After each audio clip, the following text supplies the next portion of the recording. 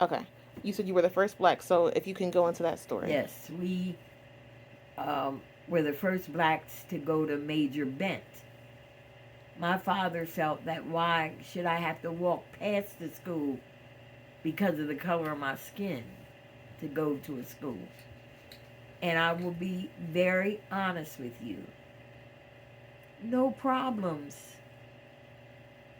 Our teacher, treated us like the rest of the kids in the class, and the kids treated us the same.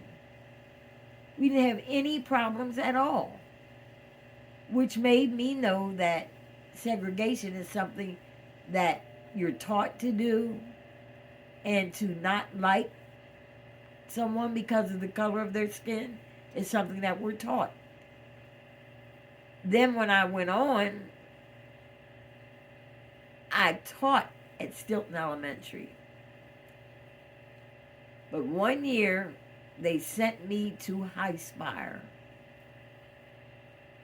where they really didn't want any blacks. A little boy came up to me and he said, my mother told me I don't have to listen to any nigger. And I said, well, when you meet one, don't listen to them, but I'm not one. That little boy fell in love with Miss Tate. He would sit on the floor to be near me. I had to move his desk. And I said it would serve her right if she ended up that her grandkids would be biracial. And I didn't keep up with that kid, but I do know the child, one of them that I taught at the elementary, did end up with a black woman. And no, he didn't act any different as a student, as me teaching him. None of my, as I taught students, they didn't act like, oh, what's this black woman doing? I had white families that wanted their kids to be in my room. But, oh, there were only a couple of places in Stilton, and it was one at Front and Pine. It was called Ray's. It was like a confection. You went there to get ice cream, things like that.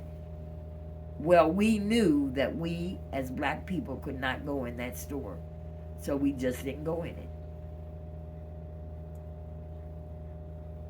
So, Can you speak to growing up in a with a mortician as your father okay. and the families that had to come and maybe were turned away from other places? Okay. Well, my father opened up the funeral home in September of 1951. I was 2 that December. So, and we always lived above the funeral home. The best question that I was ever asked was, aren't you scared? And I said, scared of what? They said, you live with dead people. I said, but they will never do anything to me. And that is the truth. A dead person can't do anything to you. My father was a young man who ventured. My grandfather said, Major's around here burying everything, having funerals for every pet that dies in the neighborhood. He told his brother Charles, if you go to mortuary school, Major will follow you because he'll want to do everything like you do. And that's what happened. My dad followed him. When he got finished, he had to have an apprenticeship. There was a funeral home in Harrisburg, was Curtis Funeral Home. Mr. Curtis died, and his wife, Marie Curtis, kept the funeral home open on a widow's license. And she told my father, I will give you an apprenticeship if you do not open a funeral home in Harrisburg. And he agreed. So that's how he moved to Stilton. And he bought those two houses, and he had friends, and they were all African American men who did everything from the plumbing, the electricity, the walls, the flooring, and even the sidewalks that we still walk on to this day. A black man did them all. Because in that time of day, he had a hard time getting a white company to come and do the things that he wanted done. First of all, they wouldn't have wanted to push him up. They would only want to hold him down. The banks, he couldn't get the money from the banks like you could now because he was black. But he didn't give up. He just kept pushing. My father worked at the Harrisburger Hotel. He worked at the depot, Mechanicsburg. And then he worked one other place. Can't think of it now. But he worked hard to get what he did. He wanted to serve people. And that's what he taught us. We would go with him when he went to someone's house to make funeral arrangements. He would take me. So I knew all these people, and they became like family to me. I had more aunts and uncles and cousins that really weren't blood related to me, but my father introduced me to them, and he said that this is your aunt, this is your uncle, and that's who they were. And lastly, could you speak of your experience as being at the First Baptist Church? You've held lots of roles there. You grew up there. Okay. So can you speak to that? At First Baptist Church, I joined First Baptist Church because I married a man who was a faithful member of First Baptist. But he tried me. He went to Mount Zion with me. And finally he said, I cannot join your church. You all sing Come Ye Disconsolate every Sunday. And at First Baptist, they were clapping hands. So I said, okay, I will join your church. But after joining it, I got very involved. I was a member of the Progressive Women. After my husband became a deacon, then I was a deaconess. I taught Sunday school. I taught Bible school. And I was like the youth choir. I was an advisor, like to the youth choirs. I loved everything that I did at First Baptist. I enjoyed the kids teaching the children about God and about God being a God that is three people: God, Jesus, and the Holy Spirit. And I know some of the children that I've taught have stayed at First Baptist. Some of them have left because they moved out of the area, going to college and then staying there where they were. But we were faithful. I'll give you an example. On an Easter Sunday, we got up for Easter sunrise service.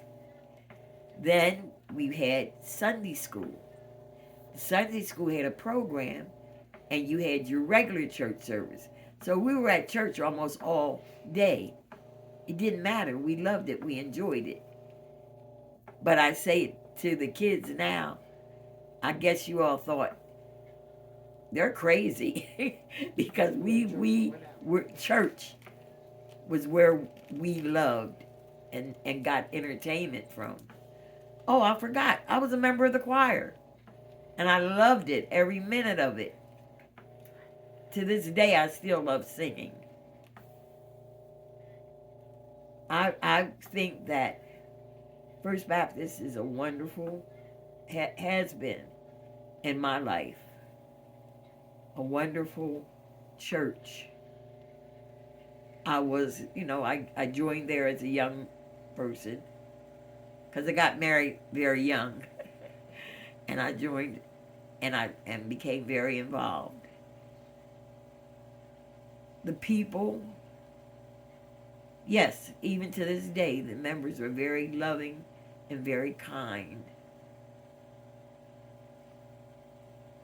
There's nothing that I could say. Oh, my husband, when my husband became a preacher, he he went to seminary before doing a trial sermon.